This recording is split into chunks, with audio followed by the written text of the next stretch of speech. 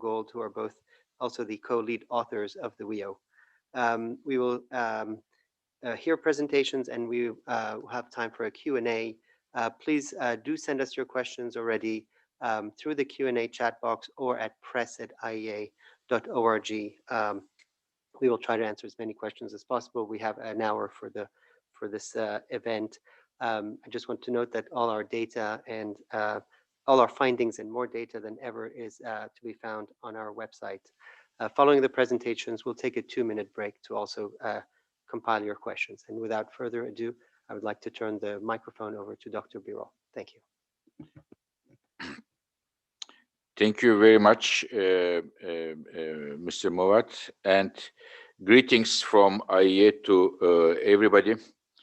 And once again, we are together for the press launch of the World Energy Outlook 2020. Ladies and gentlemen, COVID crisis has caused more disruption to energy world than any other event in the history. And I personally believe that this crisis will leave scars for many years to come. Even though economy may rebound, coronavirus may be under control, the scars of this crisis will be with us, with the energy world, for many years to come. The International Energy Agency responded quickly and strongly to the pandemic, refocusing our work to assess the impacts of the crisis on all fuels and technologies. Throughout the year, as I guess many of you know, we look at the impact of coronavirus on oil, gas, renewables, electricity, what is happening. And we also look at the impact on the investment in the energy sector, how it is being affected by the coronavirus. After we found out that it is a huge impact on the energy world, on emissions and investments, and we knew that the global economy, because of coronavirus, is seeing a major downturn, we came up with a plan, which we call Sustainable Recovery Plan, looking at the next 3 years. What should the governments do in order to address the economic crisis, address the pandemic, the health challenge, but at the same time, prepare the world for a better future. And we have advised governments, when they put their economic recovery packages, what kind of energy policies they should include in those packages, so that we see an economic growth. In addition to economic growth, see a job creation, addressing the unemployment issue, but at the same time, making sure that the emissions will continue to decline. And we made this study with the IMF. After preparing the basis, the roadmap out of coronavirus in a sustainable way, having this plan, we have invited governments around the world last July to talk about the clean energy transitions, how the world can accelerate the clean energy transitions in the context of COVID, of course.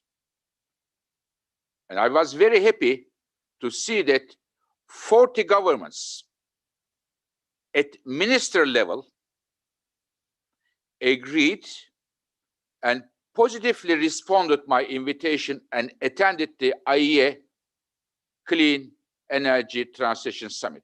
Ministers from Japan, India, China, South Africa, Indonesia, European countries, United States, Canada, Mexico, Brazil, Colombia, 40 ministers around the world.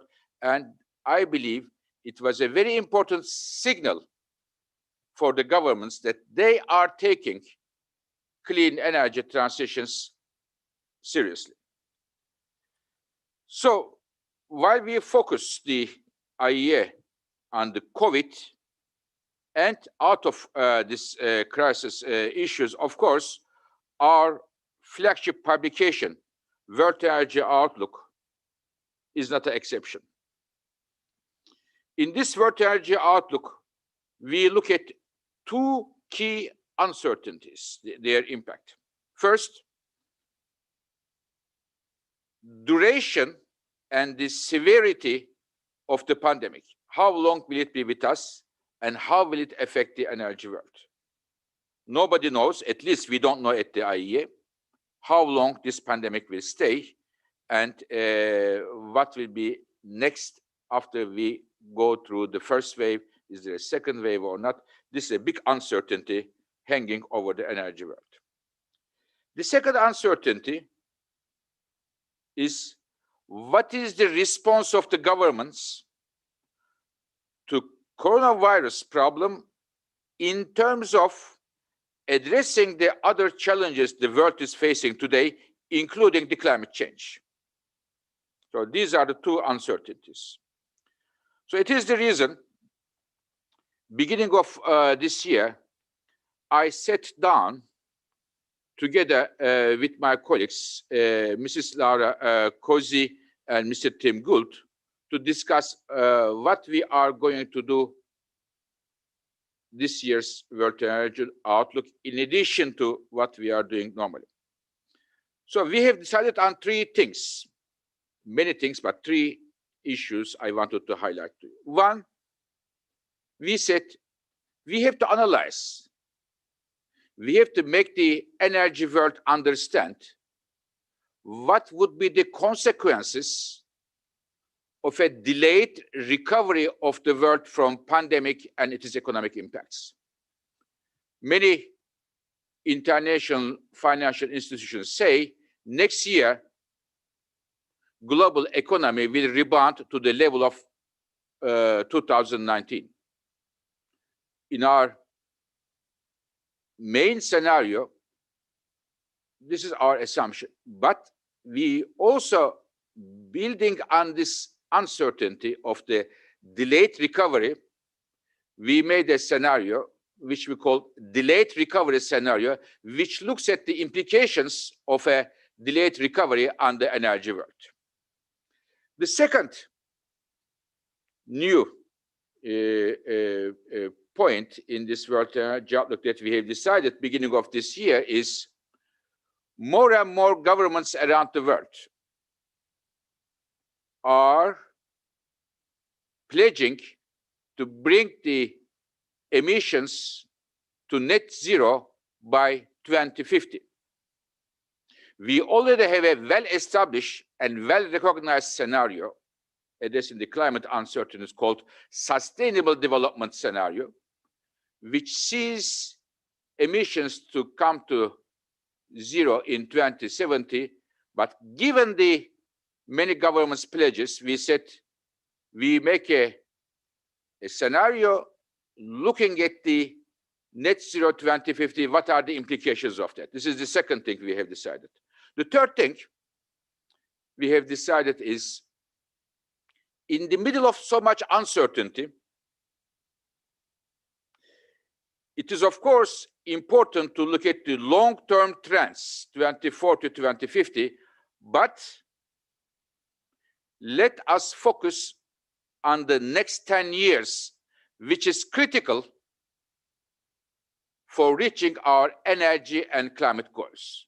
So therefore, this World Energy Outlook focuses on the next 10 years. Of course, we do provide longer-term projections, as we always do. But this is the area that we have a focus here. And in addition to those, my colleagues, Mrs. Kozia and Mr. Gould, I told them, let us release this World Energy Outlook 1 month earlier than usual. Normally we come up in November, but let's come in October, because the world needs cool-headed analysis to shed light on these uncertainties. And both of them and the World Energy Outlook team made a heroic work, I think, in front of everybody, all of them, and presented this report under very difficult conditions and a month earlier. So, ladies and gentlemen, my colleagues will give you a presentation of the findings, but I wanted to highlight only 4 points which I thought are important. One on oil, one on solar, or renewables in general, one on climate change, and one on Africa. On oil, there is a lot of debate on the peak oil. Have we reached the peak oil or not? So our World Energy Outlook shows that the era of global oil demand growth will come to an end within the next 10 years. The growth will come to an end within the next 10 years. But in the absence of major shifts in government policies, I don't see clear signs of a global oil demand peak. In the absence of the government policies. And with the economic rebound of the world, global economic rebound, we will see oil demand, global oil demand will rebound as well, again, if there are no major government policies. Our colleagues made excellent work. Look at the much disputed issue of the behavioral analysis. Have we changed our behaviors? Did we become better people? We do this, don't do this, teleworking, bicycles and everything. And their analysis show that the changes in the behavior is not, in fact, a big game changer for the oil demand. There are, of course, some issues such as using air travel less. It can be long-lasting behavioral change, but there are some other countervailing behavioral changes, making more use of private cars and others, which doesn't change much.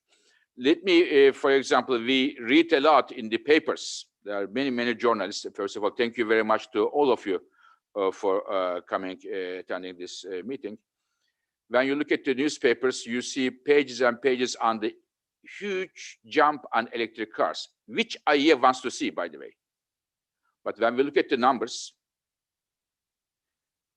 this year, 2.5% of all the cars sold in the world were electric cars, 2.5%, vis-a-vis, against, about 42% of all the cars sold were SUVs, an increase in the SUVs. So 42 out of 100 cars were SUVs, 2.5 out of 100 cars were electric cars, just to give you an idea about the behavioral change and implications.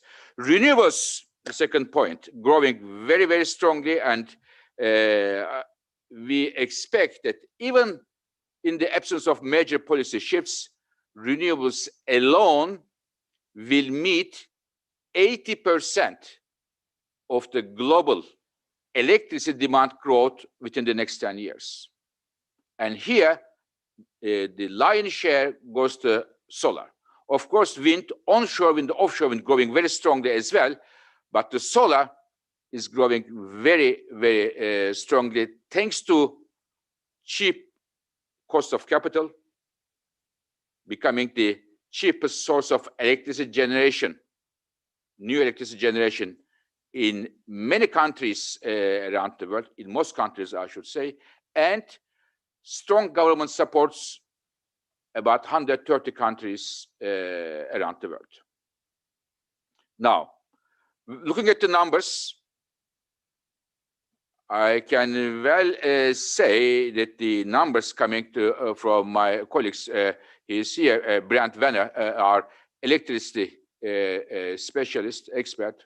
Looking at the numbers, I can tell you that the solar is the new king of the global electricity markets, coming very, very strongly and coming across the world, not from one country or another, Asia, Americas, Africa, Europe, and elsewhere. So solar is the new king of the electricity markets. Climate change. We see that the climate change is the CO2 emissions are this year declining about 7% as a result of the pandemic, but our numbers show that the world is far from doing enough to put them into a structural decline. And our numbers show that when the, again, global economy rebounds, so will the emissions in the absence of major policy changes. And even if the economy rebounds much later, such as in our delayed recovery scenario, we don't see a light at the end of the tunnel, even in a low economic context. And in my view, low economic growth is not a low emission strategy. Low economic growth is not a low emission strategy. Here, China, I wanted to mention, we were all happy to see that the Chinese government came up with the 2060 targets, which is a very promising target, as China is responsible more than 30% of the global emissions alone. And as the World Energy Outlook 15 years ago rightly found out, we were the first one to say that, China became the largest emitter of the world 15 years ago, and since then, China is number one. So therefore, this is very welcome, this development in China, and we would be very happy to see what are the policies that the Chinese government put in place in order to reach that very important target for China, Chinese citizens, but also for the world. But also, taking China as a test drive, with the economic rebound in China this year, we see that the Chinese emissions this year are back to the level of 2019, already there. And this is something, an important number that I wanted to share with you.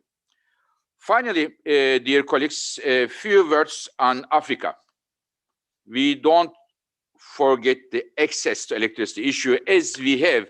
World Energy Outlook has started 2 decades ago, before anybody, access to electricity.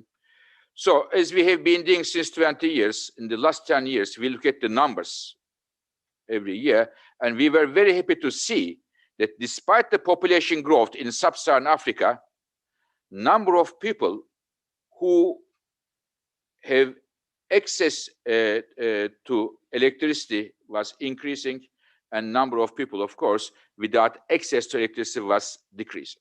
So this was a good news. But with the pandemic, we see this trend is reversed. Because of many reasons, government has to put their attention, resources somewhere else, and because of many other reasons. So therefore, for the first time since almost 10 years, we see that the declining trend of the people without access to electricity in Africa 2020 just went up, something that we do not want to see. We are not happy to see, as bringing electricity to Africa is one of the key priorities of the International Energy Agency. So, ladies and gentlemen, I would like to stop here and give the word to my colleague, Mr. Gould, who is one of the 2 lead authors of this very impressive World Energy Outlook. But before passing the floor to Mr. Gould, I should have told you that this press launch, another decision, given the difficulties to access to information, I have decided this press launch is broadcasted through all our social channels to everybody around the world who is interested to follow the World Energy Outlook publication. With this, I would like to turn the floor to my colleague, Mr. Gould.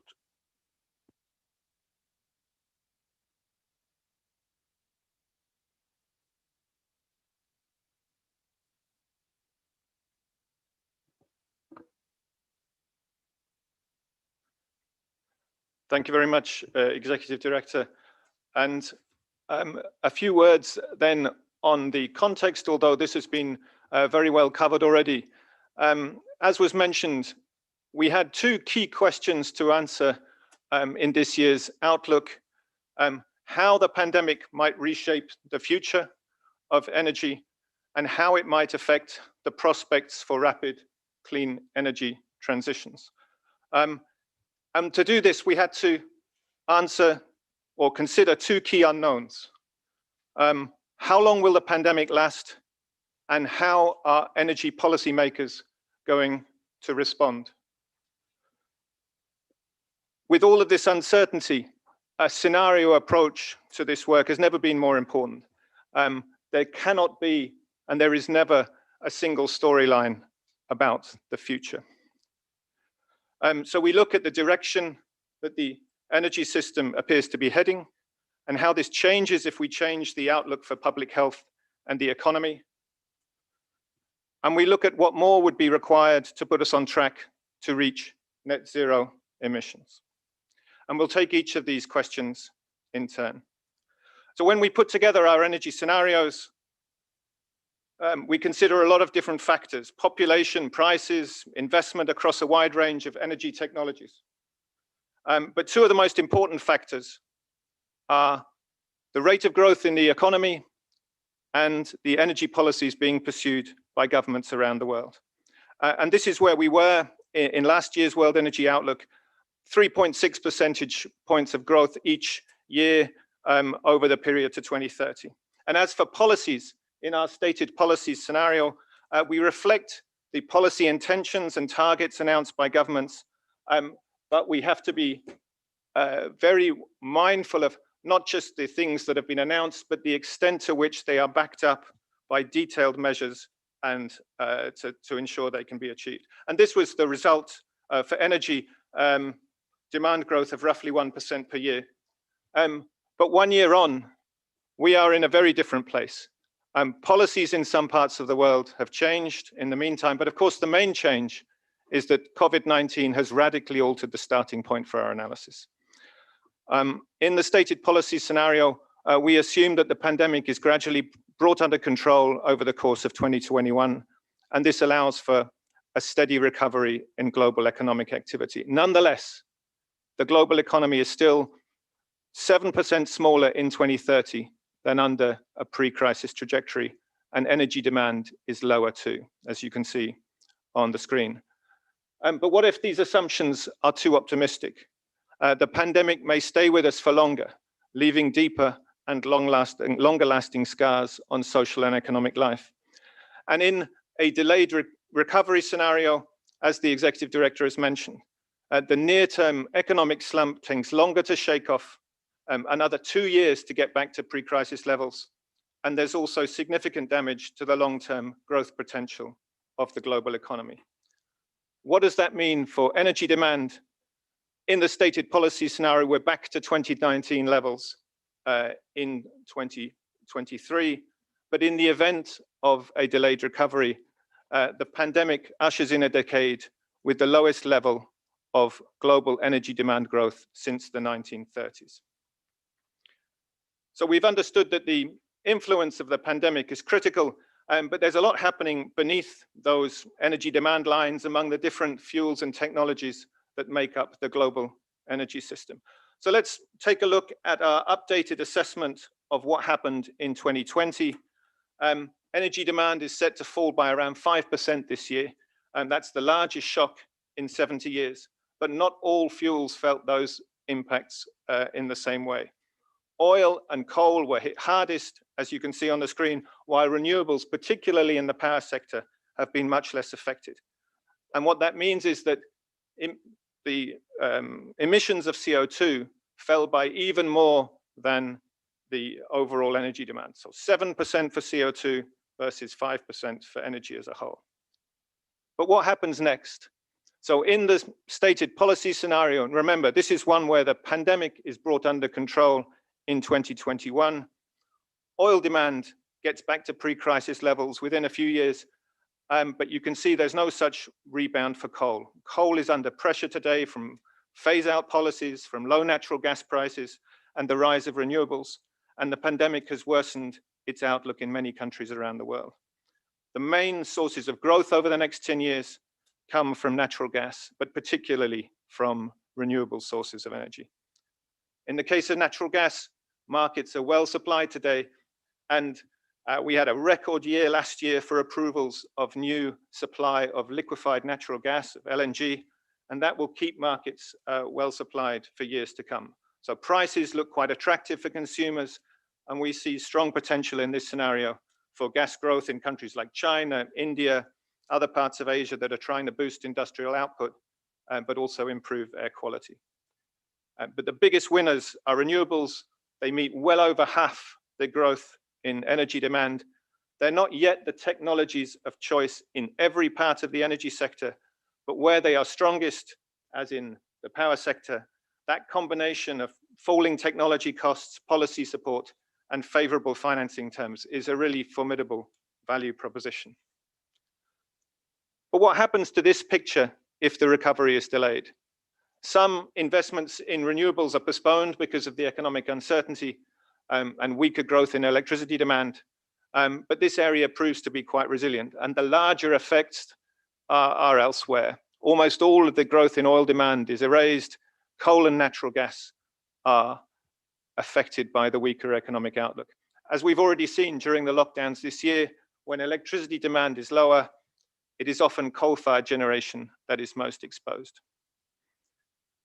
But just in case you're looking at this picture and thinking this is not such a bad outcome, the impacts of the delayed recovery scenario on the energy sector go well beyond the picture that you see here. The prospects for energy in many developing economies are hit hard, and as we've just heard, you see a continuation of this, what's already visible in 2020 about the effects of the pandemic are hardest on some of the poorest and most vulnerable groups around the world. The executive director already mentioned access to electricity, the slowdown in improvements that we've seen over the recent years. But there's also many millions of people who have connections to electricity today, in our estimation, will be unable to continue to afford a basic bundle of electricity services, and so may slide back into reliance on more inefficient or polluting fuels. And while global CO2 emissions are lower in this scenario, these reductions come at a significant economic and social cost. In practice, a weaker economy also drains momentum from the process of change in the energy sector. When economic times are tough, companies and households may postpone that decision to upgrade equipment or to buy something that is more efficient, and that slows down that process of change. So a slump can suppress emissions for a while, but it doesn't solve the climate problem. A few words on oil demand. As you saw, this has been the fuel most affected by the immediate crisis. The pandemic erased almost a decade of growth in oil demand in a single year. Naturally, a lot of debate over what happens next. In practice, oil demand has rebounded quite quickly after previous economic crises. And so the question arises, will it be different this time? This was our outlook in the stated policy scenario from last year. And here is the new one. Oil demand edges ahead of pre-crisis levels by 2023. In the event of a delayed recovery, oil demand takes until around 2027 to get back to pre-crisis levels, 4 years later than in the steps. And it flattens out at just under 100 million barrels a day. Now, in both of these scenarios, you're looking at the final decade of growth in global oil demand, which flattens out in the 2030s. But you'll also notice there's no pronounced peak or decline.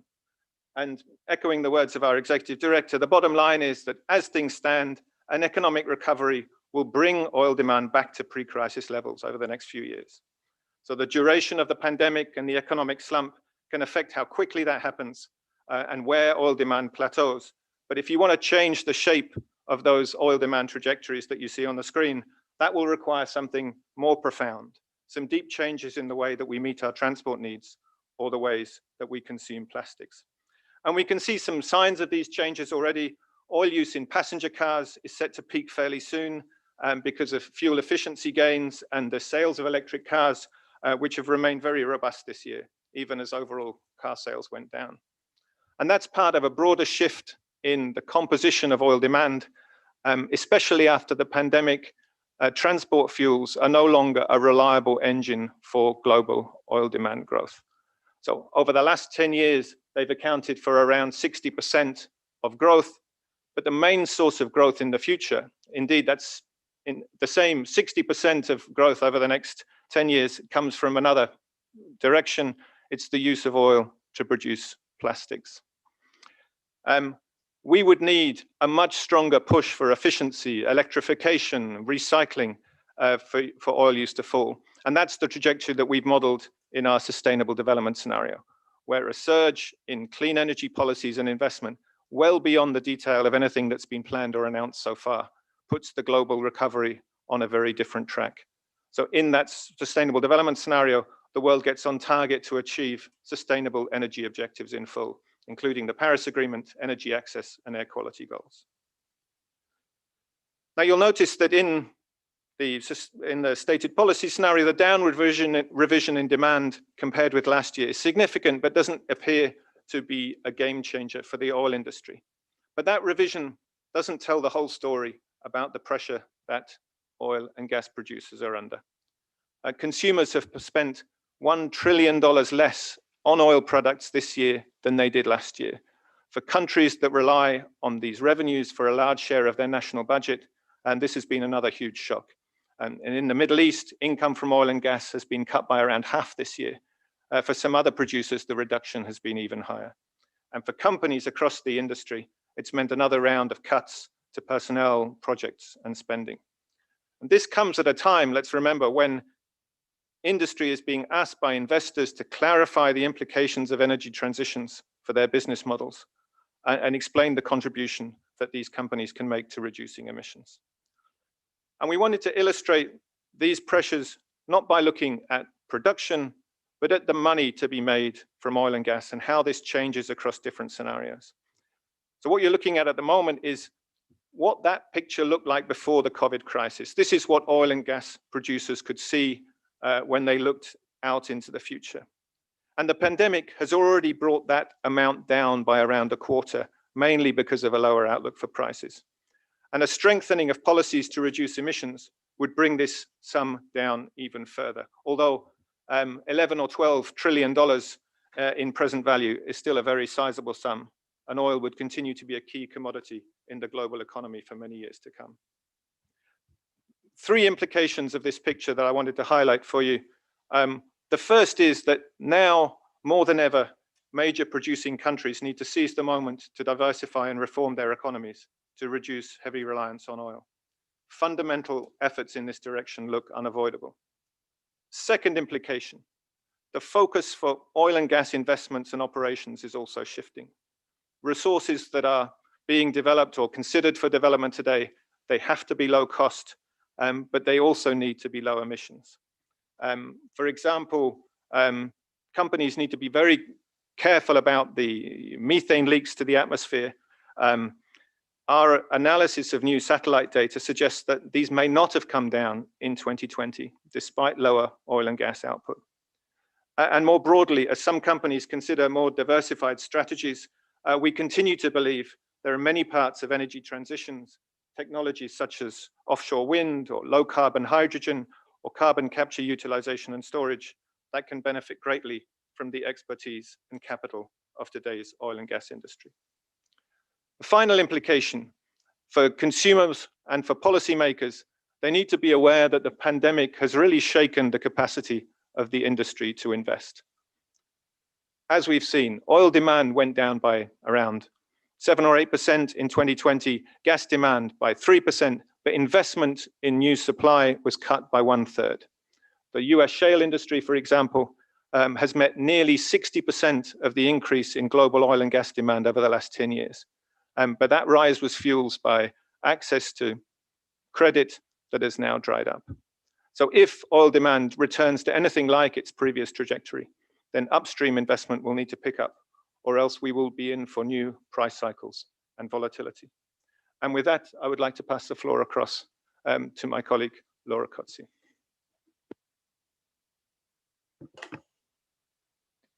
So thank you, Tim. Now, passing on to electricity, which very consistently across all our scenarios is the most demanded form of energy going forward, we are really witnessing a tremendous transformation on the way we are producing electricity going forward. Over the past 20 years, coal has been dominating the way of producing electricity globally and produced the largest amount of new electricity. But as our executive director just mentioned at the beginning of this launch, we are expecting renewables to account for 80% of electricity going forward. This means that solar and wind will actually overtake coal within the next 5 years. So going forward, we are going to see a tremendous transformation in the way electricity is produced, with solar becoming really the new king. What does that mean? For example, looking at our stated policy scenarios, our steps, we see incremental electricity production in the next 20 years being larger than what coal has actually produced additionally over the past 20 years.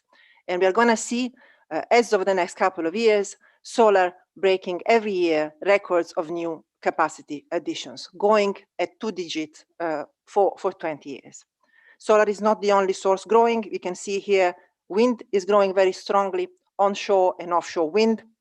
Offshore wind that we are seeing really going down in the cost curve as we had anticipated already a couple of years ago in our special report on offshore wind. Other low carbon sources remain very important. Hydro, the largest low carbon sources going forward for many years to come, and nuclear as well, remaining backbone of many electricity systems. The upward trajectory for solar could even be stronger if we were to follow more stringent policy trajectories and meeting our international climate goals, including the Paris Agreement. In this case, as you can see here, we would see solar growing 13 times over current levels. Now, this big change in the way we are producing electricity is going to call for a change in which electricity systems operate. And in particular, this change in the way electricity systems operate will be seen on what we call the bedrock of such clean and electricity future, which are grids.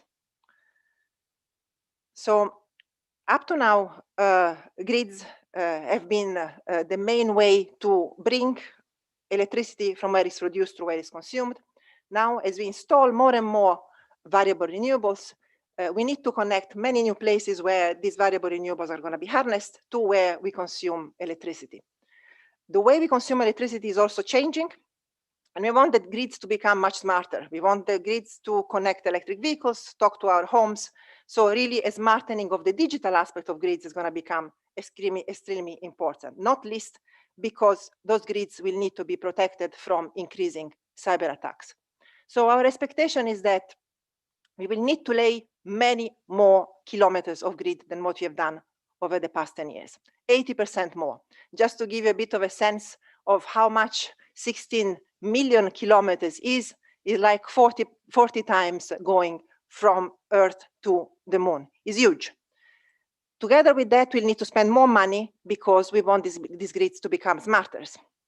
But at the same time, there is a bit of an alarming sign coming from the beginning of this year. We are looking at revenues from operators that will have to make those investments.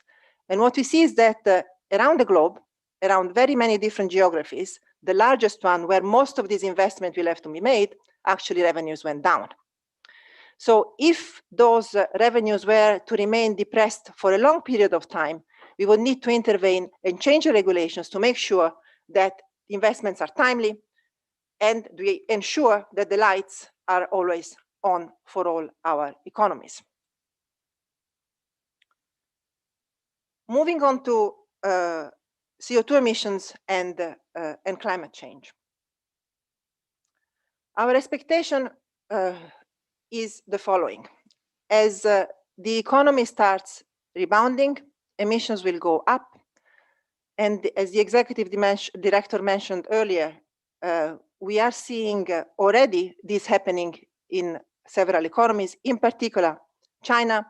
China is the first big country being really a bit out of the crisis, with seeing some signs of economic growth, and emissions there already as of April were higher than last year.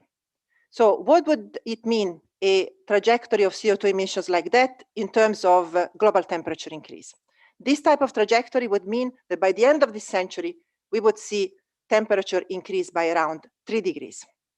This type of trajectory is a far cry away from where we would need to be if we were to meet international climate goals, including the Paris Agreement. Such a trajectory would need to see a very steep decline in emissions immediately and reaching net zero sometime in the second half of this century.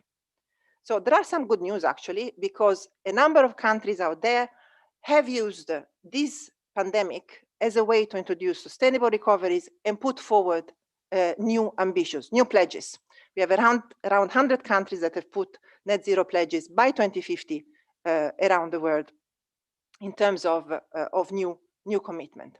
Those include the European Union, UK, New Zealand, and many others. And this would actually start seeing a bit of a decline in CO2 emissions.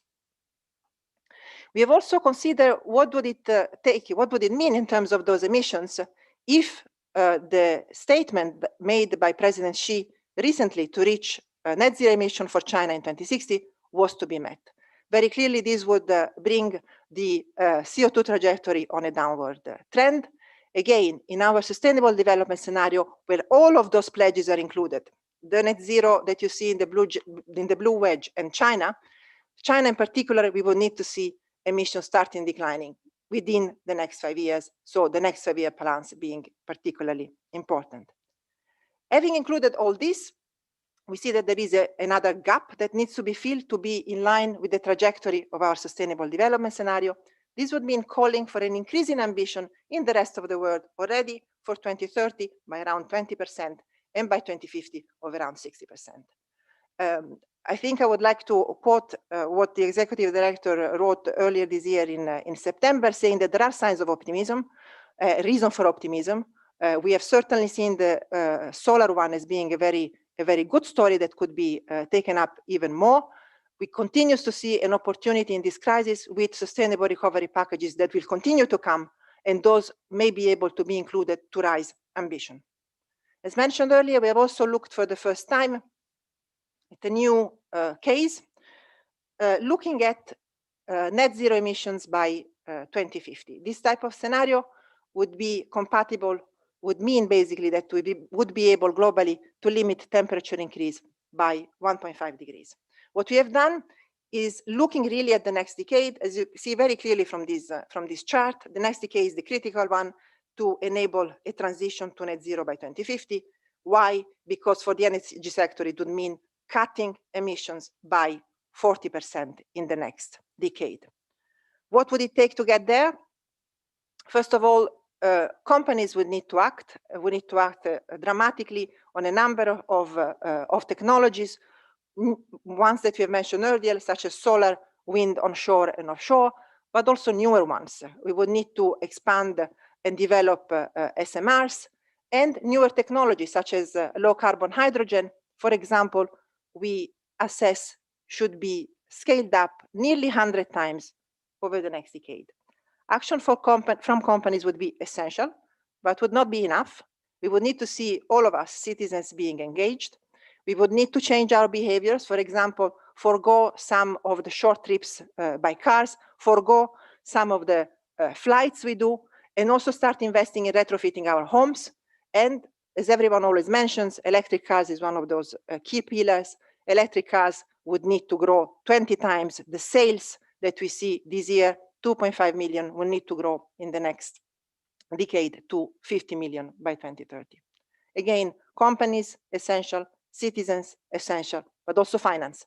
Finance would also need to change, scale up, for example, bankability of efficiency investments, efficiency which is really a backbone of all of the actions that we have mentioned earlier. And to give another example, clean electricity. Clean electricity would need to reach within the next decade $1.6 trillion. To give you a sense again, what is $1.6 trillion? If we look at the history of energy investment and finance, oil and gas upstream has in this best year achieved to reach around 840 billion. So this would mean that in 10 years, only for clean electricity, we would need to invest twice as much that amount. All these actions from companies, citizens, and finance could only be enacted with, at the heart of it, government policies that give a very strong sign of direction. All these actions are certainly unprecedented and would require a very, very focused and unprecedented type of concerted actions across all actors of societies. We would like to bring once again to the attention of the colleagues that follow the World Energy Outlook, a topic that we have been explaining for the past several years, actually, and is the key issue of existing infrastructure. So we often see this chart that shows how emissions have been going up and the dip of this year. But these emissions come with the history. They come with the history of industrialization.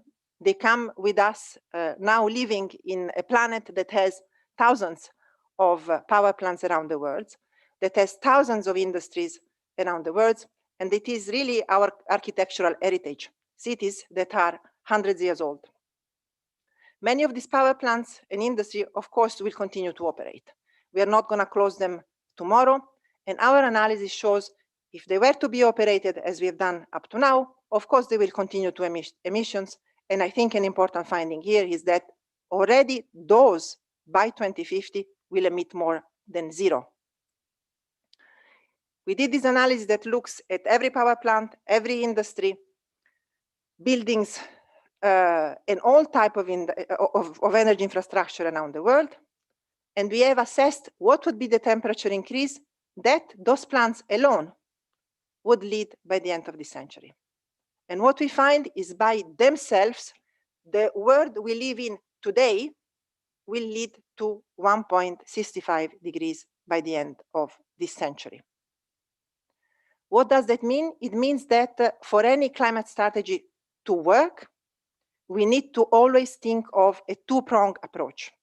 Of course, we need to have in our minds that whatever we build new has to be a preferential way towards cleaner. So in the power sector, of course, we need to make sure that solar is the next investment, the wind is the next investment, that all clean energy technology is the next investment. But at the same time, we need to look at the power plants that are around us. We need to look at coal-fired power plants. We need to see what to do with them. Retrofitting with CCS, thinking of repurposing or early retirement. Same thing for industry, same things for buildings around us. So always a two-pronged action on the new infrastructure, but really starting looking very, very actively on the existing one. Otherwise, we would risk to put all our climate goals out of reach. With this, I would conclude and pass the floor back to the Executive Director. Thank you very much, Mrs. Cozy. Thank you very much, Mr. Good. Dear colleagues, let me finish our presentation just to tell you that as you can understand from my colleagues' presentations, we see that the pandemic, even though it may disappear hopefully soon, pandemic's scars will be felt across the energy sector for many years to come. And the issue is, what will the governments do with the challenges and opportunities coming through the pandemic crisis? Renewables very strong growth, especially in the last 2 years. What is happening in the solar world is extremely impressive. It is now going very strongly in Asia, in Americas, Africa, Europe, everywhere. And we think that the numbers are so strong that I dare to announce solar is the new king of global electricity markets. But in addition to solar, we see impressive gains coming from onshore and offshore wind. The expectation in the lower demand growth and the lower price environment, which will be with us for some time to come, makes us understand that the revenues of the major producers will be under very strong pressure, and it is now the high time for the producing countries, ranging from Iraq to Nigeria, from Nigeria to Libya, from Libya to others, to give a close look at their economic and social strategies to diversify their economies. And the challenge that my colleague Mrs. Kozi showed you, the climate challenge is so huge, the scale of the challenge. Whether you look at our sustainable development scenario or a net zero 2050 scenario, we need all clean energy technologies to be part of the game. Solar, wind, efficiency, these are key options, policies we have, but we also need new advanced clean energy technologies to be increasingly growing share of the solution. From hydrogen to battery storage, from carbon capture and storage to small modular reactors of nuclear, they are all part of the solution, depending on the country choices, but they are all technologies we would need if we are sincerely serious to address the climate change. Finally, dear colleagues, our numbers show the World Energy Outlook team with the rest of the IEA. I am so lucky, fortunate that I have some of the best energy and climate experts of the world working on this report. Their analysis tells me that there are no shortcuts. You cannot fix the problem with the 280 character tweets. There are no shortcuts here. We need profound changes in our energy system, guided by good, right energy policies, and only with those policies we can have a better energy future. And let's face it, this is a choice. This is a choice for citizens, for investors, companies, but most of all for our governments around the world. They should make the choice, and we hope, as the International Energy Agency, they will make the right choice for all citizens of this world.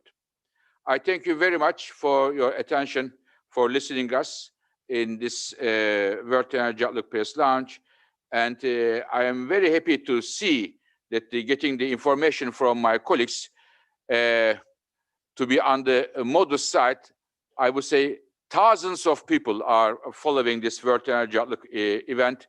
And this is very, very impressive and definitely gratifying for my colleagues who work tired in a very, very difficult conditions on this book to prepare today. So, Mr. Muvat, over to you, please.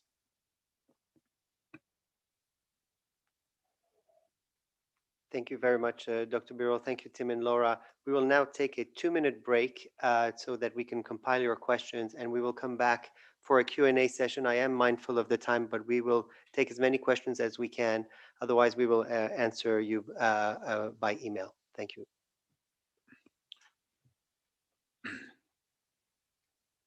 Are we off now?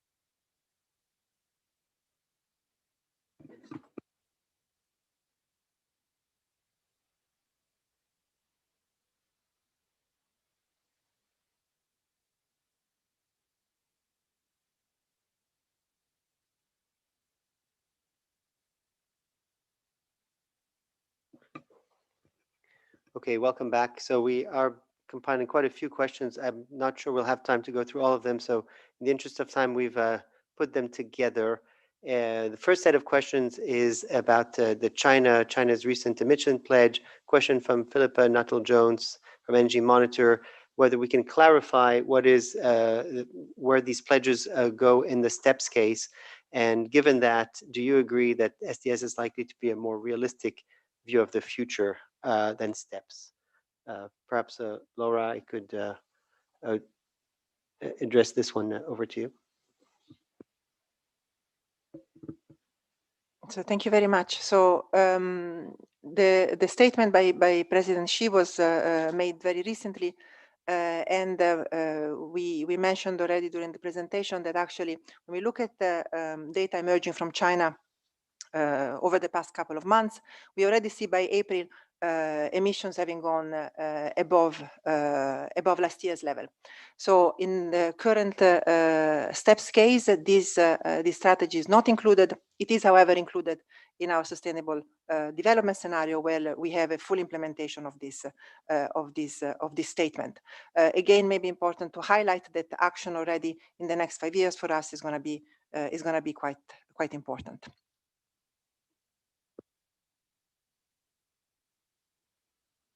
Maybe I can add one thing here. We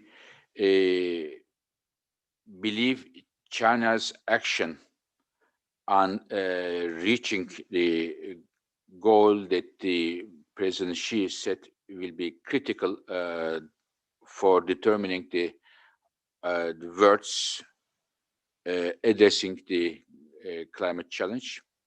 And here, we at the IEA, we are not politicians. We look at the numbers, we look at the policies, technologies, and we will be eagerly waiting the next 5-year plan of China, which is coming out soon. And we hope that this next 5-year plan will already give us convince us that China is going to reach this target. We wholeheartedly hope and would like to see. But the first, in my view, test will be the next 5 years plan and what kind of energy technologies, energy policies are included in the next 5 years plan, so that we see whether or not 2060 target, and before it, of course, there was a 2030 target as well. Even before 2020, President Xi said to reaching the peak is compatible or not. Thank you. Many thanks. Second set of questions we have on peak oil. Many analysts have predicted we have reached peak oil demand. Is this the IEA's view as well? And then a question comparing from Edwin van der Schut from the Telegraph, comparing the WEO and the BP energy outlooks differing a lot, and a set of numbers that are probably not compatible here. Perhaps, Tim, we could address this question to you. How do you explain the differences between the WEO and the BP outlooks? Thank you. Yeah, thank you very much for the question. So I think we've covered already the views on peak oil demand. As we've said, we believe in our stated policy scenario and equally in the delayed recovery scenario that we are entering the final decade of growth in global oil demand, after which both of those scenarios plateau. So as things stand, a rebound in the global economy will get oil demand back sooner or later to its pre-crisis levels. The specific question on the WEO versus the recently released BP energy outlook, I'll go back to something that I think I mentioned at the start. I mean, we all adopt a scenario-based approach, and you need to make sure that you're comparing similar scenarios with similar scenarios. So the scenario that I think is referred to in the question, where oil consumption drops quite dramatically, that's either the rapid scenario in BP terms or the net zero scenario. But the rapid scenario is broadly analogous with the IEA sustainable development scenario. So if we compare like with like, in that scenario, I think BP oil demand in 2040 is 67 point something, and ours is 66. So there's a broad concurrence there about what that would mean. If we look at in a sense, the business as usual case in the BP energy outlook, that has quite a low outlook for global GDP. So you'd compare that naturally with the delayed recovery scenario from our side, and they are also not a million miles away from each other. So that's how I would respond on that. Thank you very much, Tim. Dear colleagues, just to tell you a personal view that this peak oil discussion, are we going to make the 100 million barrels per day of oil 2019, or it is behind us? It is an interesting discussion, but I personally don't see a big difference of a global oil demand, which is 100 million barrels per day or 98 million barrels per day. So in terms of implications on the demand, investment, supply, it is maybe it's a symbolic figure, but when it comes to the market dynamics, there is not much difference between 98 million barrels per day or 100 million barrels per day. So just to put this discussion in a context. Thank you. Many thanks for the answers. Now, a third set of questions here are probably more climate related. The first one is, why did the IEA produce the net zero emission case? Why now? What does it say about the role of the IEA in the clean energy transition? Question from Satori Mizoguchi from Springer. Aside from low cost financing, what makes solar the new king of electricity this year? Perhaps linked to that as well. Secondly, do you see any particular progress, linked to the first question, of technological and social innovations to make 2050 reality, net zero pledges a reality? And perhaps to time all the questions together, questions from Robert Hodgson on CCS. Dr. Birol, you've stated that retrofitting existing infrastructure, especially coal-fired power plants, will be necessary to meet Paris goals. Do you estimate this would be cheaper than simply replacing such plants with solar and other RES capacity? Perhaps Laura, could you take the first questions? And thank you. So thank you, Jad. So maybe the two questions, what aside the low-cost financing is making solar the new king of electricity this year? I would say that there are two key reasons. So we are in the middle of a pandemic, and clearly governments and investors are both reacting. and we should give credit where it's needed. There are several governments around the world that have doubled down on their ambition on renewables. We have mentioned the European Union, but it's not the only one. One of the largest markets in the world, India, has also stepped up ambition on renewables, most notably solar. So this renewed ambition and scaled up in ambition is one of the key reasons. And these government policies are bringing not only cost of the technology down, but a new analysis that we have done shown very clearly that financing costs for solar are extremely cheap, and this brings a new dimension in terms of solar competitiveness. On the other side of the story, I would like to bring in the investor side.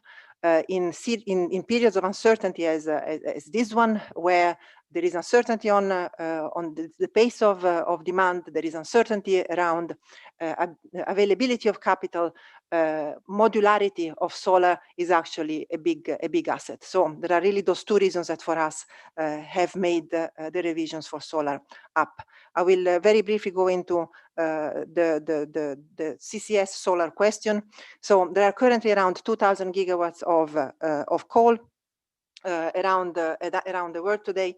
Large part of this is located in Asia. A lot of it is relatively young. So the economics vary very much depending on the geography. So if you want to have coal more climate compatible, there are many options there. Last year we did a huge analysis looking at different options, looking how much would we make economic sense to be retrofitted with solar, how much would make retrofitted with CCS, how much would make economic sense to repurpose for flexibility of electricity. And in some cases, we looked also at early retirements. Just to give you one number from the WEO of this year, we find that there are 275 gigawatts of coal that are going to be retired for a number of economic conditions out there. So it is absolutely right that the economic conditions for coal are becoming more challenging, and this may actually change what is the most viable option going forward. Okay, thank you very much, Mrs. Cozy. So last question about the 2050. Is it possible why I did it? So when I look at our analysis, I think it is, I would say, it is theoretically not impossible. Theoretically not impossible, but what we need to approach it with open eyes and a clear understanding of what is involved. So this is the reason why we did it. The open the eyes of the decision makers, our societies, and we should have a clear understanding of what is involved here. And in our net zero analysis, we have laid out clearly what are the policies needed, investment, technology, and behavioral changes needed. And my colleague, Mrs. Cozy, gave you all the numbers and all the details. So another reason why we have done is that this scenario, as I said, beginning of the year, when I was talking with my colleagues, Mrs. Cozy and Mr. Gould, we have noticed that more and more governments are coming with the pledges for net zero 2050, and we wanted to provide a basis for their discussions, for their better decision making. And as I said before several times, that the IEA is determined to be the global leader of clean energy transitions around the world. And by using all clean energy technologies, not only those who are fashionable here and there, but we will look at all of them. And we are so happy if there is 1 ton of CO2 is reduced somewhere by using this technology or that technology. So IEA is going to move strongly to lead the global clean energy transitions by making use of all clean energy technologies and policies available with us today. Thank you very much. And I pass the floor to Mr. Movat. Thank you very much, Dr. Birol, and thank you to our audience for your interest in the World Energy Outlook. This concludes our media presentation for the World Energy Outlook 2020. Again, all of the key findings and data are available on our website. Do not hesitate to email us at press@iea.org if you have any more questions. Thank you for your attention.